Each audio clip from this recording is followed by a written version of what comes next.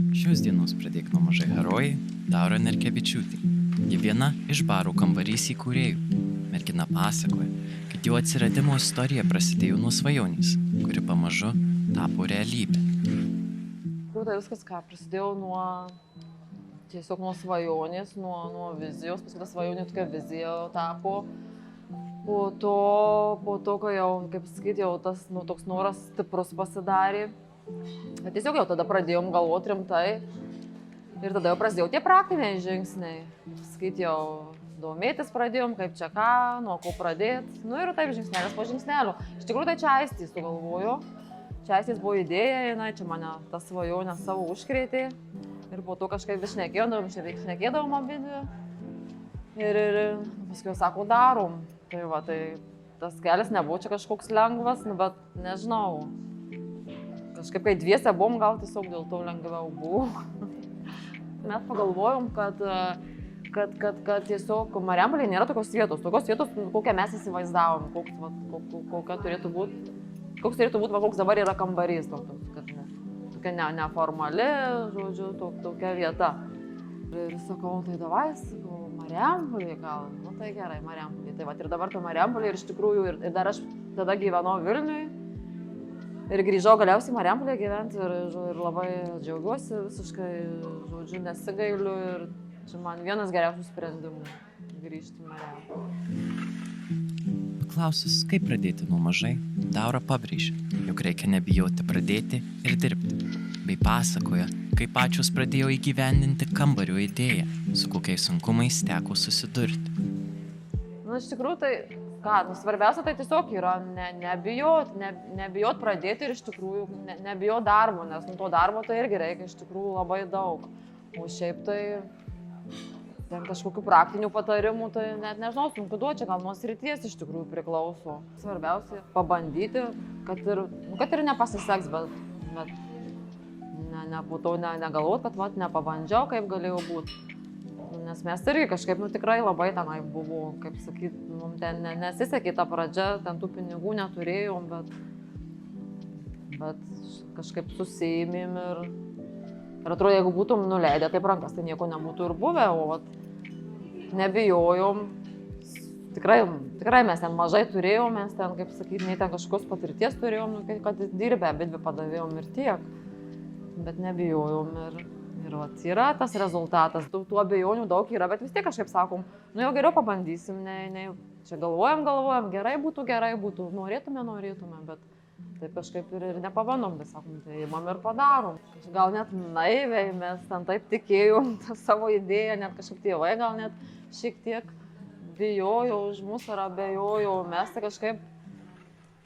kažkaip visai neabejojom, kaip tik tie sunkumai buvo tokie, kad kaip tik gal kiti netikėjau, nes mums reikėjo pinigų, mes norėjom iš banko pasiskolinti, mums ten nedavė niekas ten tų paskolų, žodžiu, ten kažkaip niekas į mus rimtai nežiūrėjo, o mes tai kažkaip buvom nusiteikę rimtai. Tai vat ir tada kažkaip sakom, darom su tiek, kiek turim ir tai vat ir pradėjom daryti ir padarėm. Atrodo, gal galėjo būti kažkaip viskas kitaip, jeigu būtume turėję ten daugiau tų pinigų, bet grynai jau darėm iš to, ką turim. Daura pasakoja, kad kambarys yra neatsiejama jų gyvenimo dalis. Todėl tai jas ir motyvuoja judėti pirmyn. Gal ta motyvacija ne tai, kad krinta, gal toks užėnat, gal liūdesys, tiesiog toks nusivylimas, jeigu ten kažkas, tarkim, pas mus yra žiema, toksai sunkesnis metas, kai čia mažiau žmonių, ar ten kažkas, nežinau, kažkokios ten kritikos, jeigu gauni, tai gal tiesiog būna, liūdna būna, bet kad ten motyvacija kristų, kad jau čia norėtum viską mest, tai kažkaip niekada tų minčių net nekyla, nes, atrodo kažkaip jau tas kambarys, jau nežinau, jau čia kaip, negali sakyti kaip vaikas, nes turim savo vaikų, tai negali ten, aišku, lyginti su vaiku, bet, jau nežinau, kažkaip mūsų čia jau kaip ir gyvenimas. Ir per daug jau įdėta ten darbo, kad kažką čia galvotum, kad mest, ar čia kažkaip nesistengt, ar, tiesiog pasiguodžiam abidvi ir susijimam ir toliau dirbam. Smagiausia visuomet būna tada, kai kažkas tiesiog pasako kažkokį ten gražų žodį, padėkoja, kad ir vien kai jis pasako ten ačiū už skanų maistą, labai skanu, arba ten, kai rengiam šventes, tai irgi ten labai dažnai parašo po šventės, kad ten labai dėkoju skanų maistą, ten už gražią šventę, gražiai padekoruotą, nu tai kažkaip, tai va tas visą laiką ir pradžiugina, kad tu toks įvertintas esi šitam darbe. Kas čia dar? Nu, džiugina, tarkim, kad ir naujai sutinkami žmonės, nes tu kiekvieną dieną sutinki žmonių. Kas dar džiugina?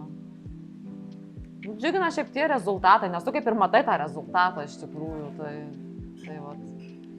Džiugina, ką žinau, džiugina po to. Kolegijai, manau, džiugina, vat, partneriai, kad mes kažkaip kartu galim ten, kaip sakyt, laisvai pasiskirstyti kažkaip ir tuos darbus, nu, žodžiu, kad yra kaip ir nėra tos laisvės kartais, bet ir jinai kaip ir yra ta laisvė, tai, žodžiu, nu tai va, daug dalykų iš tikrųjų. Paklausus apie eilinę Dauros dieną, jis sako, jog kiekviena iš jų yra labai skirtinga, dinamiška.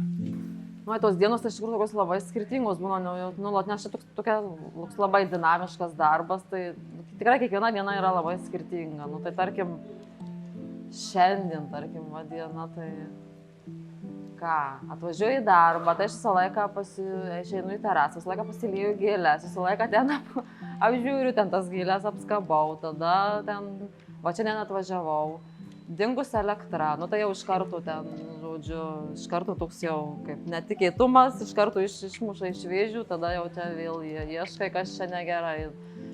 Žodžiu, čia skambinė elektrikam, eini ieškoti, čia, žodžiu, kas čia išmušė, žodžiu, kas čia negerai.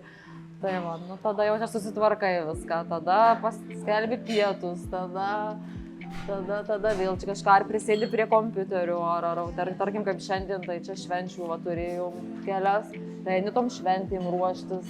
Čia atėjau anksčiau, tie žmonės vėl šiek tiek streso, bet viską spėjom, žodžiu, ir va atėjau jūs ir po to jūs išeiti, tada vėl kitai reikia šventėj ruoštis, nu va tokia ta diena. Bet čia tokia viena sunkesnių, šiaip tai būna ir lengvesnių tų dienų.